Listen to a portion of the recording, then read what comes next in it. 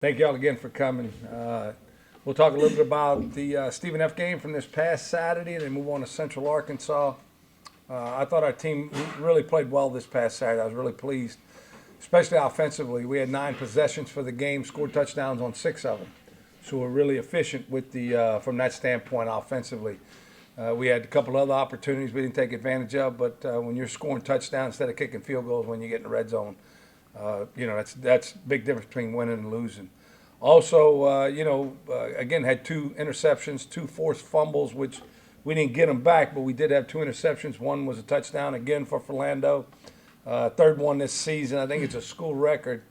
Hats off to him. You got to be in position to make a play or put yourself in position to make a play, but then you got to make the play, and he's doing that, and it's fun to watch. You can see him maturing and growing. He had to step in and play the nickel position, the star position, because Xavier went down, and that was when he got the pick. It was just some instincts, and he just made the play. So I was happy about that. I thought offensively, both quarterbacks did a good job efficient. Cole came in and gave us a spark, got us down the field. I think he was 11 for 12 throwing the football, ran the ball.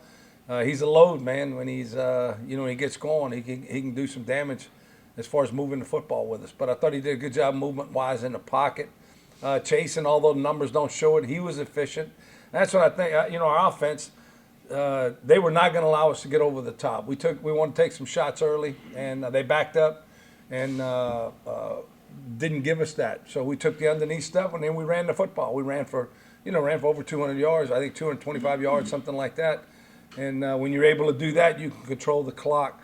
Because we only had 9 possessions, that tells you kind of how the game was going. They had a lot of first downs. I think they ended up with 30 first downs for the game, which means there weren't a lot of third down conversions, which means they were getting a lot of first downs on first and second down. So defensively, we did enough to stop them. We broke a couple of times, but we did enough to stop them. We had a lot of mixing and matching back there in the secondary. Dontrell Smith had to come in and play again, played a lot of snaps. Both freshman linebackers had to play a lot. So we had to get them in there. And then, like I said, Xavier went down, so Philando came in. DeJean did not play again this week, so we're missing on one of the corners there. So there was some stuff that took place in the secondary for our guys. We had to simplify a few things, and they were able to take advantage of it. We saw a hungry football team in Stephen F. Austin come in here on Saturday. But, our guys, I thought our guys played well. They played hard throughout. We had one holding penalty on offense. Other than that, that's a second game in a row. We had no pre-snap penalties, and really happy about that part. Moving on now to Central Arkansas. We're looking at a team, hottest team in the league right now. They got 4 straight wins in conference. Playing at home, they're up to 6th in the country. They're well coached. Really a good football team. I think offensively, they're really strong. They throw the football really well. Everything goes through their quarterback. What he does, and number 88, number 5, the running back, the 2 receivers, 88 and 5, and then the running back. Those guys are dynamic players. They're making plays every week and explosive plays. And I think what you see from them from a personality standpoint is of the 7 wins that they've had this year, they were losing in 6 of them, and they came back and won the game. So if you look at them score by quarter, they increase their scoring each quarter. First quarter, they score more in the second quarter than they do in the first. They score more in the third than they do in the second, and the most in the fourth quarter. So this is a team that's going to play 60 minutes, and you relish a chance to play an opportunity when your team plays like ours does for 60 minutes. You want to play teams like this, and so you look forward to that. So for us to play 60 minutes, obviously that's what we're going to have to do, and to do that, because we know they are. The numbers show that they're going to play all 60 minutes. They run the football some, but they want to throw the football. They're in the tops in the country as far as completions, yardage, touchdowns, things like that. Braylon Smith, I think, is maybe one of the best quarterbacks that we've played against this year and will play against this year. He's a guy that moves around in the pocket, keeps plays alive. But I think their offensive system lends itself for him to be able to be successful. So they do a really good job. Again, it's a playing on the road in this conference. Anything can happen. But we're in a position right now that if we had said at the beginning of the year this is where we wanted to be, we couldn't ask for anything more because we control our own destiny. And our players need to realize that. We do want our fan base to recognize that. But where we are right now is exactly where we need to be, and to realize what we want to realize for the postseason. So with that, I'll take any questions from you guys. Franco wasn't here for the game, but Cole played a lot more than usual. What was the reason for that? Yeah, he's I think like everything else, he's getting more and more comfortable in the offense. So we're giving us more opportunities, and he's been performing. And when you perform well, you get rewarded with playing time. He started slow in camp, and then we built him in especially situations, and now he's understanding the entire offense, so he's able to run more stuff, and we're able to get more out of him. And I think it's good for Chasen because he's able to stand back sometimes and kind of watch the game and then go back in.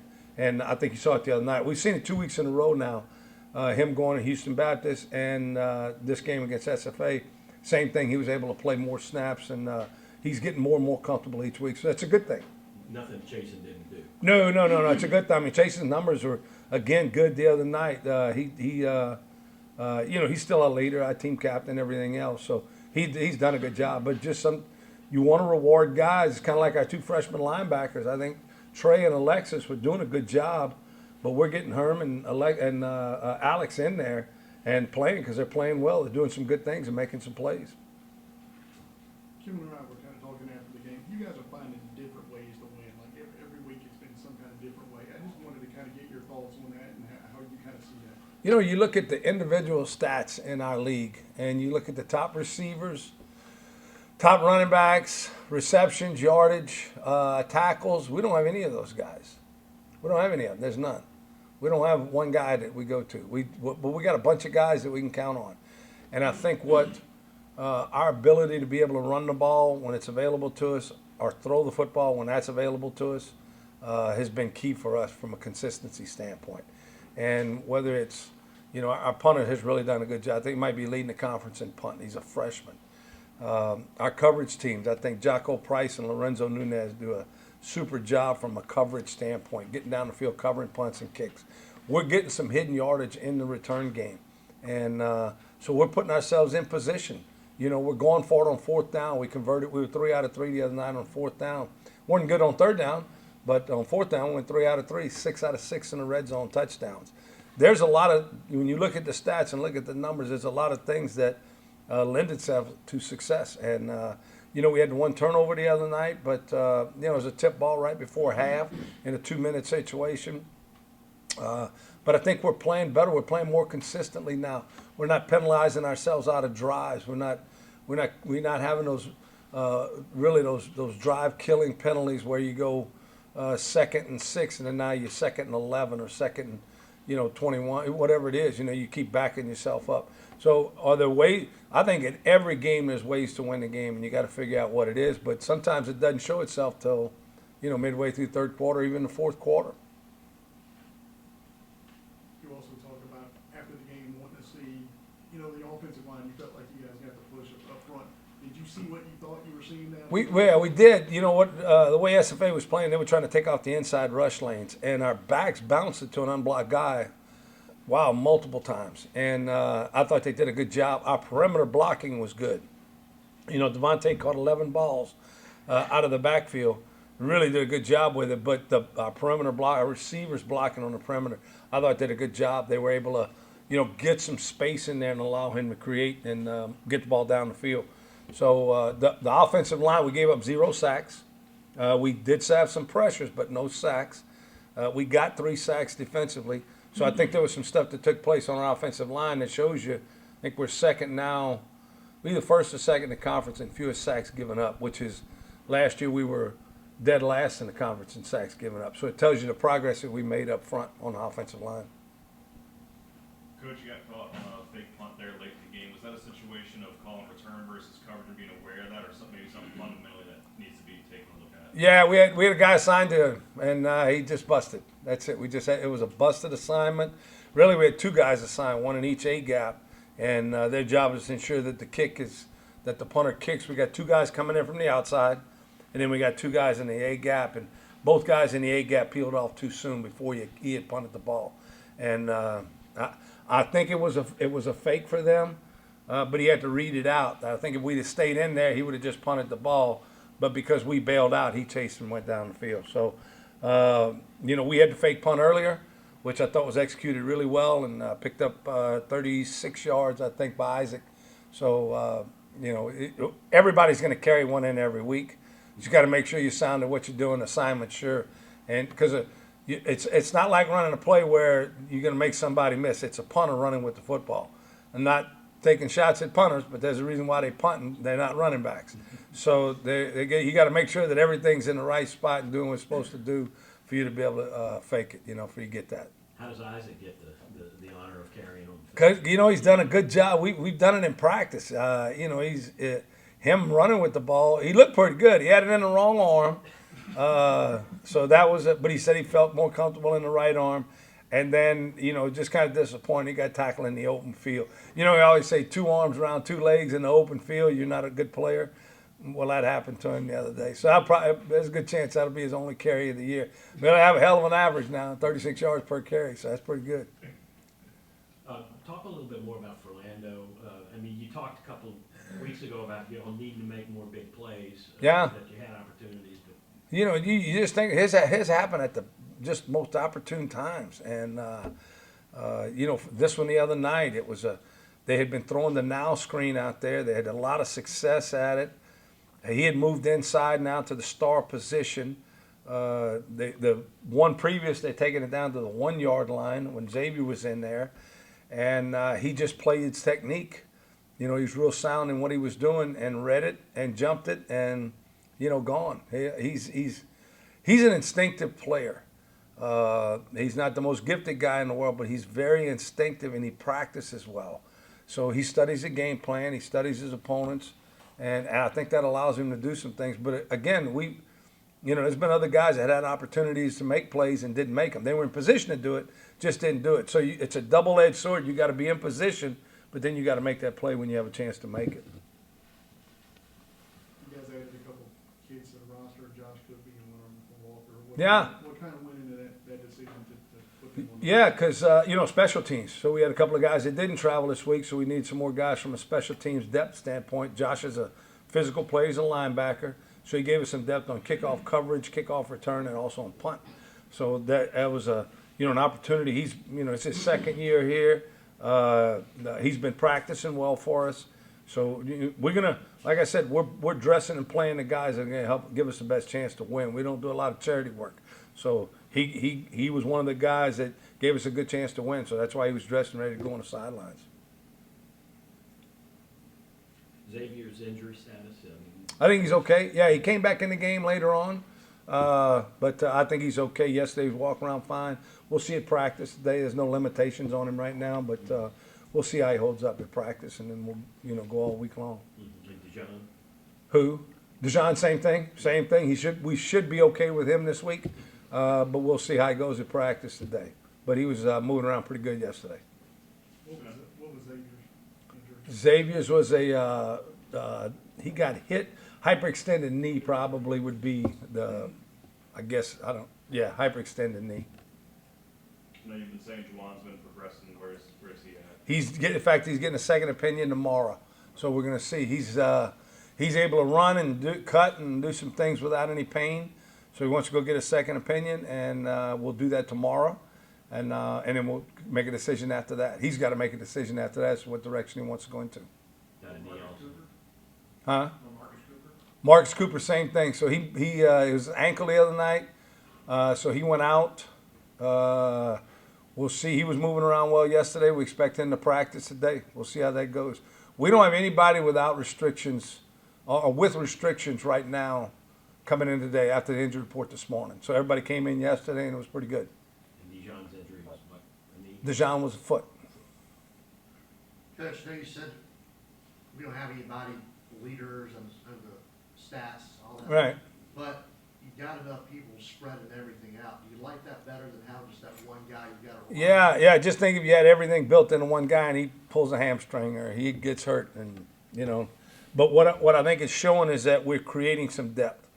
We're developing guys. Ed McGee scored his first touchdown the other night. And they go, why would you give it to Ed McGee? He's a good player, and we want to give it to him. So we're creating depth. We're developing younger players so that when somebody does get hurt in injury, then it is truly the next man up, and there's not such a big drop off. I think that was one of the big things that we saw in Central Arkansas that we haven't seen in other teams. There's not a big drop off between their first and their second unit. So when they have an injury or they have a substitution, it's not like let's go after this guy. I think they're deep, they're pretty good, they're pretty even. You're not going to see a huge drop off. We hadn't seen the backup quarterback, but I'm sure there's a drop off there. But the rest of the positions is not a big drop off. That's what we want to create here. So it's going to take us some time to get these guys going, but. Another recruiting class, another cycle. These younger guys, the freshmen that we have now developing, and then we'll be in that position where we'll be deep enough where if we do lose somebody, it's not such a big drop off. Is that also in play with using Cole as much as? Absolutely. But you got to remember now, Cole, not from a development standpoint, because he's played a lot of football. His is, he's got a skill set that not many people have, just from a physicality standpoint.